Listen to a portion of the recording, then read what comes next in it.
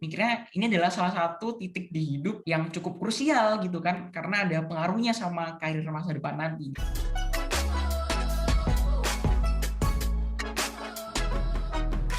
Halo semuanya, nama aku Isya Rahma, I'm back with another video. Bagi yang belum tahu aku siapa, perkenalkan aku Isya, mahasiswa baru di Fakultas Kedokteran Universitas Indonesia, Angkatan 2020. Nah, di video kali ini aku nggak sendirian nih teman-teman, aku bakalan ngobrol-ngobrol sama Rafli, teman sejawatku yang sama-sama mahasiswa FKUI Angkatan 2020. Nah, udah ada di sini nih orangnya. Halo Rafli, mungkin bisa say hi ke teman-teman yang ada di sini. Halo teman-teman penontonnya YouTuber Isyah Rahma. Perkenalkan, nama aku Muhammad Rafli Atarik, biasa dipanggil Rafli. Asal sekolah dari SMA Negeri 5 Surabaya sama kayak Isyah. Dan juga alhamdulillah tahun kemarin masuk FKUI lewat jalur SNMPTN. Wow, keren banget. Oke, thank you. Teman-teman nih, mungkin pada belum tahu kali ya. Aku tuh udah kenal Rafli dari 2015 nggak sih, Fli? Waktu SMP pokoknya. Terus Iya, lama banget ya. Terus sekolah lagi waktu SMA. Tapi tadinya Rafli ini jadi adik kelas aku, tapi sekarang jadi malah sangkatan di kuliah. Nah, Rafli ini juga udah pernah sempet aku mention di video aku sebelumnya, karena dia ini keren banget nih, yang menciptakan melodinya Mars FKUI nih. Tapi Waduh. kita tapi kita nggak fokus ke situ nantinya. Kita bakal bahas-bahas perjuangannya nih. Pertama-tama aku mau ngucapin makasih banget ke Rafli mau hadir di sini buat sharing-sharing. Tujuannya sharing di sini karena setelah ini tuh udah waktunya pendaftaran SNMPTN nih, Fli. Harapannya supaya setelah teman-teman nonton video ini jadi lebih mantep buat milih SNM-nya dan dapetin insight baru dari Rafli. Oke deh. Nah, sebenarnya banyak banget yang mau aku tanyain ke Rafli, karena Rafli tuh sejak dulu aku kenal tuh prestasinya banyak banget gitu. Tapi oke lah, kita mulai dari pertanyaan yang pertanyaan yang basic dulu deh. Awalnya gimana sih kok pengen masuk FK atau kenapa pengen jadi dokter? Awal mula pengen masuk FK itu sebenarnya dari SD itu ya. Kalau ditanya mau jadi apa, mau jadi dokter, dari SD tersebut kemudian SMP dan SMA tuh keikutan gitu, suka banget sama yang namanya IPA. Dan SMA itu spesifik lagi suka sama yang namanya ilmu biologi gitu. Aku juga ingin gimana caranya ilmu biologi ini bisa aku pergunakan supaya bisa bermanfaat gitu bagi orang lain. Dan kebetulan juga suka komunikasi gitu, suka bantu, suka presentasi gitu, aku juga suka gitu. Jadi komunikasi sama pasien gitu kan cocok gitu ya. Dan juga tidak seperti anak FK biasanya gitu ya, yang biasanya kalau di keluarganya itu papa mamanya dokter gitu, jadinya pengen masuk FK gitu. Tapi kalau aku sendiri di keluarga belum pernah ada gitu yang berprofesi menjadi dokter. Aku ingin jadi pionir aja gitu di keluarga yang bisa meningkatkan kesehatan keluarga gitu, bisa ngobatin papa, ngobatin mama, ngobatin kakak gitu. Jadi akhirnya memutuskan buat masuk FK Oh gitu. wow, keren banget nih alasannya. Soalnya menurut aku tuh setiap anak yang pengen masuk FK harus punya alasannya masing-masing nggak sih untuk pengen masuk FK? Bukan hanya karena disuruh ortu atau gimana, karena di FK tuh perjalanannya panjang. Jadi harus punya Benar. alasan dari diri sendiri gitu. Susah gitu ya kalau misalkan kayak bukan murni dari hati gitu, kayaknya takutnya nanti jadinya setengah-setengah dan susah banget gitu, karena perjuangannya cukup berat ya. Ini semester 1 aja udah cukup berat gitu ya, Isya pasti tahu ini. Lumayan ya Bun, tapi iya sih, mungkin buat insight ke teman-teman, banyak juga loh kayak anak FK yang di tengah-tengah itu motong jalannya karena nggak kuat atau cuman berhenti di sarjana kedokteran, bahkan nggak sampai dapat gelar dokter. Tapi juga ada sih, kamu tahu pastikan kakak kelas kita Ekida. Oh ya, Iya. pasti dong, siapa yang nggak tahu. Nah, Kak Ekida ini tuh kalau aku lihat dari Instagramnya, dia tuh sering cerita gitu kalau FK itu bukan tujuan awalnya gitu loh, tapi meskipun dia itu disuruh judulnya, disuruh sama ortunya, tetap bisa berprestasi gitu loh di FKUI-nya. Bisa dua sisi sih, kayak tetap aja harus ada niatan dari diri kita sendiri juga. Oke, lanjut nih Fli. Pasti nih buat mencapai FKUI lewat jalur SNMPTN apalagi ya, banyak banget perjuangannya. Kasih tahu dong perjuangannya dulu gimana? Oke, ya perjuangan cukup panjang sih ya pastinya. Jalur SNMPTN gitu ya, pasti kayak sering banget diremehkan. Misalkan nggak usah belajar lah, paling paling nanti kalau misalkan hoki lolos gitu, biasanya kan gitu.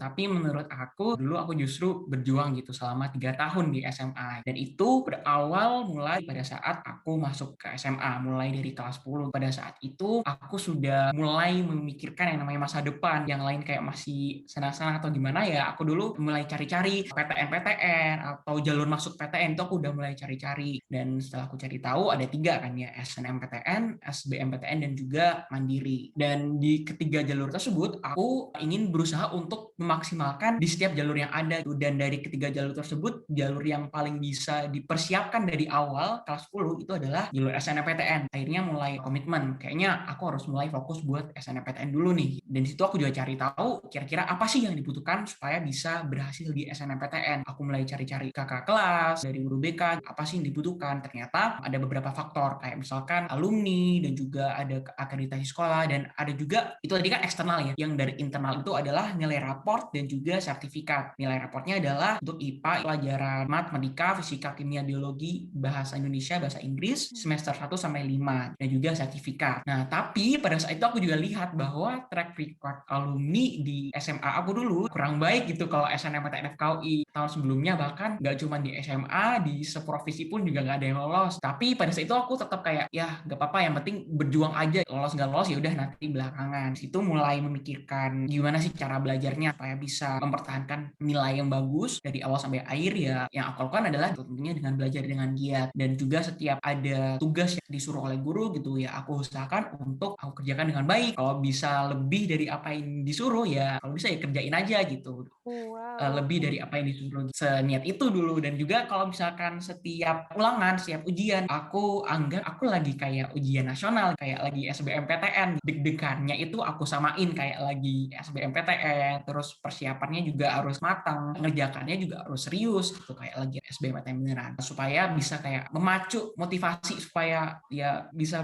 berusaha dengan baik. Dulu sebenarnya belajar sendiri dan juga ikut bimbel, tapi ini bimbelnya sih sebenarnya dulu nggak mau, kelas 10 tuh nggak mau, kayak buat apa, mending belajar sendiri aja dulu, nanti aja kelas 12. Tapi disuruh sama papa, yang namanya adalah proses intens selama 3 tahun dari kelas 10. Kalau ditanya apakah bimbel itu wajib, itu ya menurut aku ya tidak wajib sebenarnya, karena zaman sekarang lihat dari perkembangan teknologi udah banyak banget gitu sumber pembelajaran, sumber latihan soal yang berkeliaran di internet, bimbel-bimbel online dan lain-lain. Latihan soal tuh udah ada banyak banget. Kembali ke diri kita sendiri untuk memaksimalkan segala fasilitas yang kita punya. Ya aku dulu berusaha untuk memaksimalkan fasilitas bimbel itu dengan baik, jangan sampai bolos. Kemudian kalau misalkan ada pelajaran yang di sekolah masih bingung atau gimana ya aku tanyain ke bimbel gitu. Tips belajarnya sih ya menurut aku yang perlu diperhatikan juga adalah gak hanya menghafal tapi benar-benar dipahami, dan dipahaminya itu berulang kali, perbanyak latihan soal supaya ujian itu bisa mengarahkan usaha yang terbaik. Itu buat nilai raport sih. Kalau misalkan sertifikat dulu itu usahain supaya mengikuti setiap lomba yang ada gitu. Tentunya kalau di SNMPTN kan juga sertifikat salah satu faktor yang berpengaruh. Kira-kira apa aja sih lomba-lomba yang bisa aku ikuti? Kebanyakan itu adalah lomba-lomba yang berkaitan dengan FK gitu, kayak biologi, kimia gitu. Kalau ditanya apakah ada pengorbanan, ya pastilah ya, pengorbanannya banyak dari waktu dan juga tenaga. Pas masa sekolah itu memang fokus banget belajar. Ikut organisasi apa enggak, sayangnya aku dulu nggak ikut organisasi sama sekali. Kalaupun kepanitiaan pun itu cuman kayaknya sekali 2 kali, dan itu juga ada hubungannya gitu sama akademik. Soalnya dulu kayak ngerasa takutnya aku belum punya skill manajemen waktu yang baik, takutnya sekolahnya keteteran. Tapi itu kembali ke diri masing-masing juga. Bukan berarti semasa SMA itu isinya belajar tuh enggak. Dulu aku juga ikut eskul paduan suara, itu ikut lomba-lomba juga. Tapi memang tetap prioritas nomor 1 adalah akademik, itu mempersiapkan SNMPTN. Mikirnya ini adalah salah satu titik di hidup yang cukup krusial gitu kan, karena ada pengaruhnya sama karir masa depan nanti. Dipersiapkan sebaik mungkin gitu. Sampai speechless. Oke, silakan. Susahnya di SNMPTN itu adalah menurut aku ya, gimana sih cara menjaga semangatnya gitu dari awal sampai akhir. Karena mungkin kan kayak desusnya itu katanya nilai harus naik. Tapi aku juga dulu dapat info juga bahwa kalau rankingan paralel di sekolah itu didasarkan dari nilai rata-rata gitu dari awal sampai akhir. Dan kalau dipikir secara matematis, secara logika kan berarti nilai yang bagus terus sama nilai yang naik dari rendah ke tinggi gitu, pasti nilai rata-ratanya lebih baik yang bagus terus gitu kan. Jadinya ya gimana caranya di setiap semesternya itu semangatnya itu bertahan. Jadi harus dulu aku sering-sering cari motivasi gitu. Aku tempel foto FKUI, gedung FKUI ini masih ada sekarang, masih ada di meja belajar, foto Fakultas Kedokteran Universitas Indonesia gitu ya. Wow, Ya oke. jadi kalau misalkan belajar kayak lagi down gitu ngeliat, aduh gak boleh berhenti ini, harus belajar lagi gitu ya, gitu cari motivasi gitu, cari lihat YouTube juga kayak ya video-video kayak gini video kayak perjuangan masuk FKUI, lihat-lihat kok kayaknya keren-keren banget nih kakak-kakaknya, ya motivasinya muncul. Itu sih yang sulit, gimana sih cara semangat itu bisa terus muncul gitu di setiap semesternya. Apa yang aku lakukan dulu itu adalah dengan berefleksi dan juga mengevaluasi apa sih yang kurang itu di semester ini atau semester sebelumnya gitu. Misalkan semester sebelumnya pelajaran matematika itu kayaknya kurang, atau kemarin pada saat UTS kayaknya nilai matematika ini kurang gitu. Berarti gimana caranya di yang selanjutnya di tugas-tugas setelah UTS atau nanti pas ujian UAS itu gimana caranya harus mengarahkan usaha yang lebih nih supaya nilainya tidak turun atau bisa lebih baik lagi. Ya gitu sih dulu. Jualannya cukup panjang. Wow.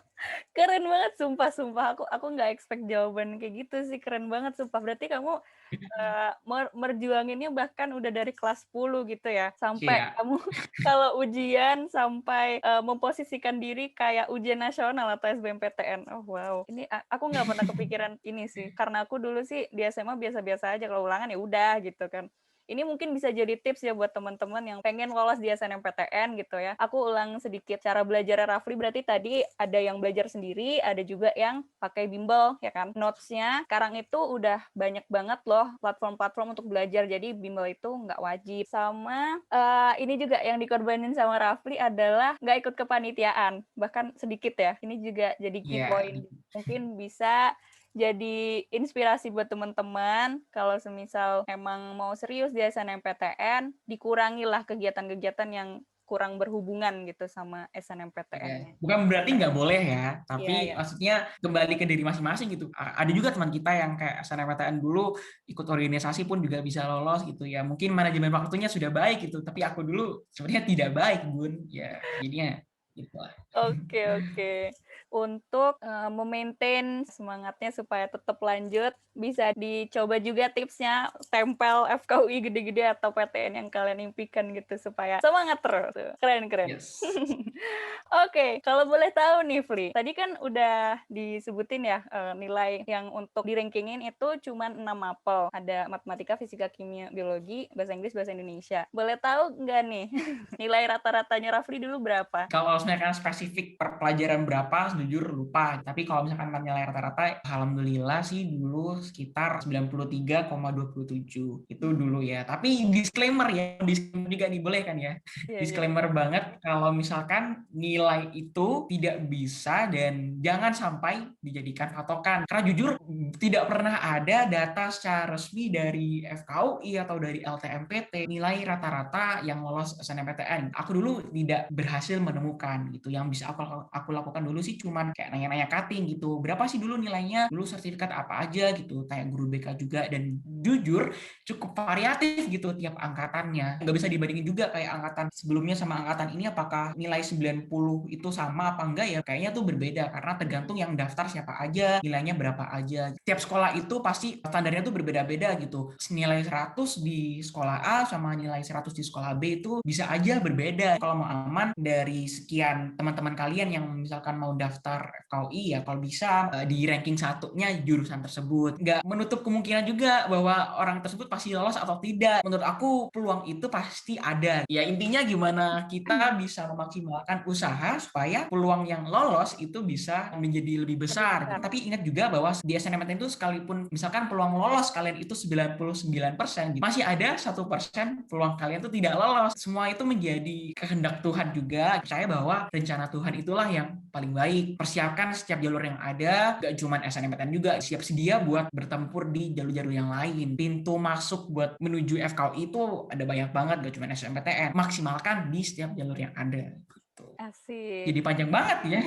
Nggak apa-apa, nggak apa. Banyak banget key points-nya, keren-keren. Tadi nilainya Rafli adalah 93,27, tapi nggak boleh dijadikan patokan ya teman-teman, karena bisa aja standarnya tiap sekolah tuh beda-beda, dan tiap tahun bisa beda-beda juga. Terus, tadi tuh yang 93,27, apakah itu sempat turun atau naik terus atau gimana deh? Sebenarnya 93 itu kan total ya dari rata-rata awal sampai akhir. Secara nilai rata-rata tiap semester, seingat aku itu kalau nggak salah naik gitu. Tapi kalau secara spesifik tiap pelajarannya, misalkan kayak nilai kimia semester 1, kedua, ketiga, keempat, kelima tuh ya naik, tapi juga ada yang kayak pernah turun terus naik lagi, itu juga ada. Jadi nggak melulu semuanya benar-benar naik naik naik naik naik naik gitu, nggak, ada yang kayak naik terus turun dikit terus naik lagi gitu. Ada sih. Oke, oke. Tapi menurut aku juga kalau misalkan kayak nilai rata-rata gitu ya maksimalkan aja di setiap semesternya. Insya Allah kalau nilai naik itu insya Allah akan ngikut gitu. Menurut aku sih gitu ya dulu pandangannya.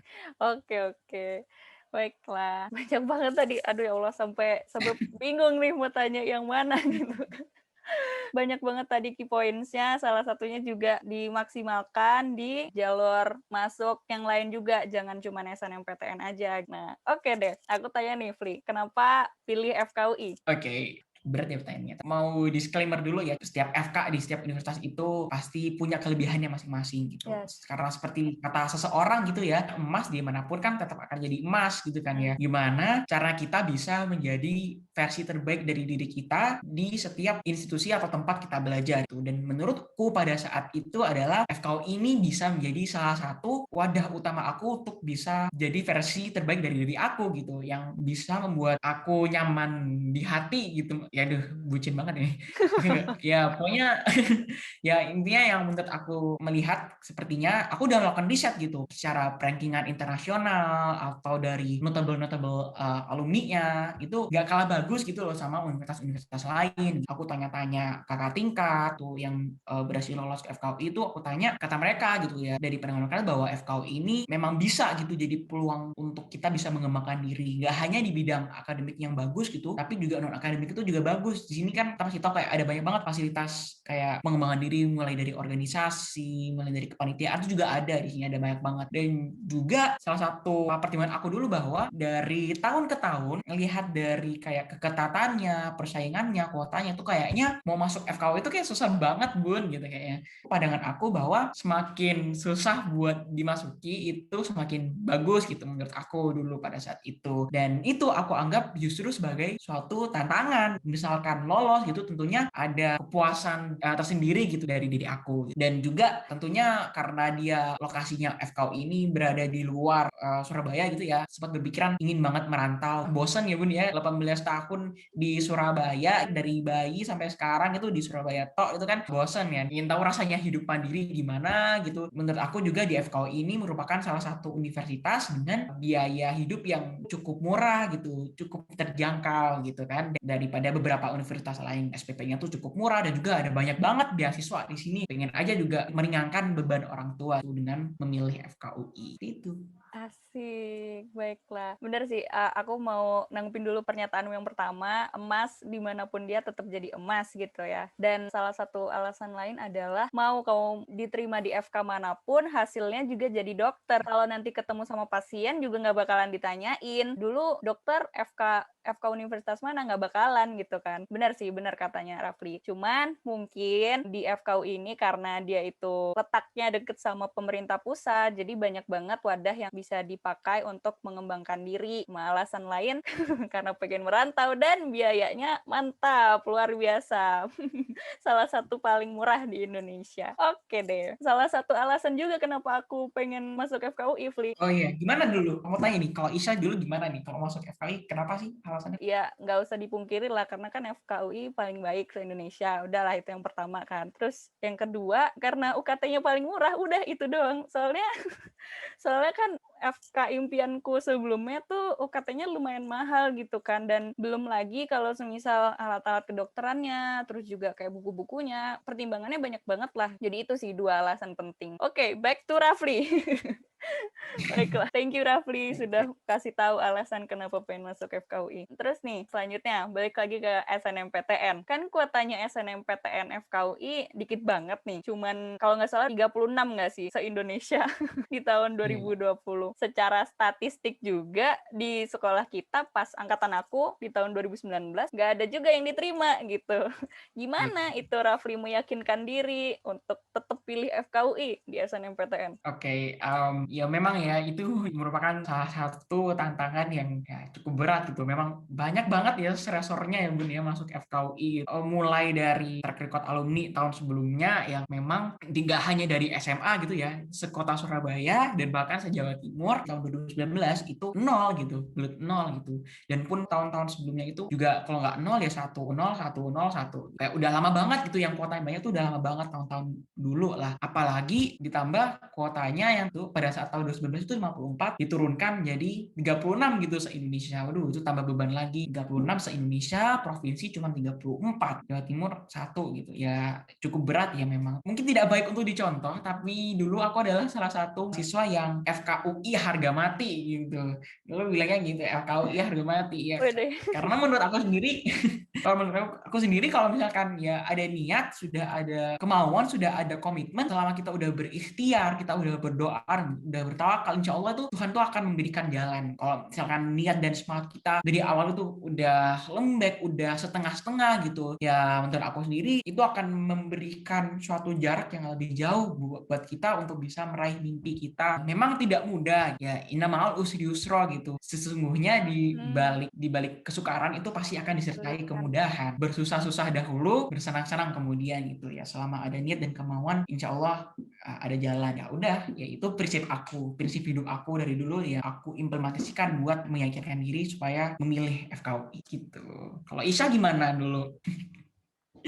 Ah, aku jujur, aduh FKUI dulu bolak-balik mikirnya beli FKUI. Apalagi aku kan gap year gitu. Keluarga aku, pokoknya orang-orang sekitar aku deh. Waktu tahu aku mau daftar FKUI, kayak di pikiran mereka, seriusan lu di FK UNER aja tahun lalu nggak diterima gitu. Cuman bener sih key points-nya dari Rafli, berikhtiar, terus juga jangan lupa untuk berdoa ke Tuhan ya, biar dilancarin jalannya. Terus ya udah deh.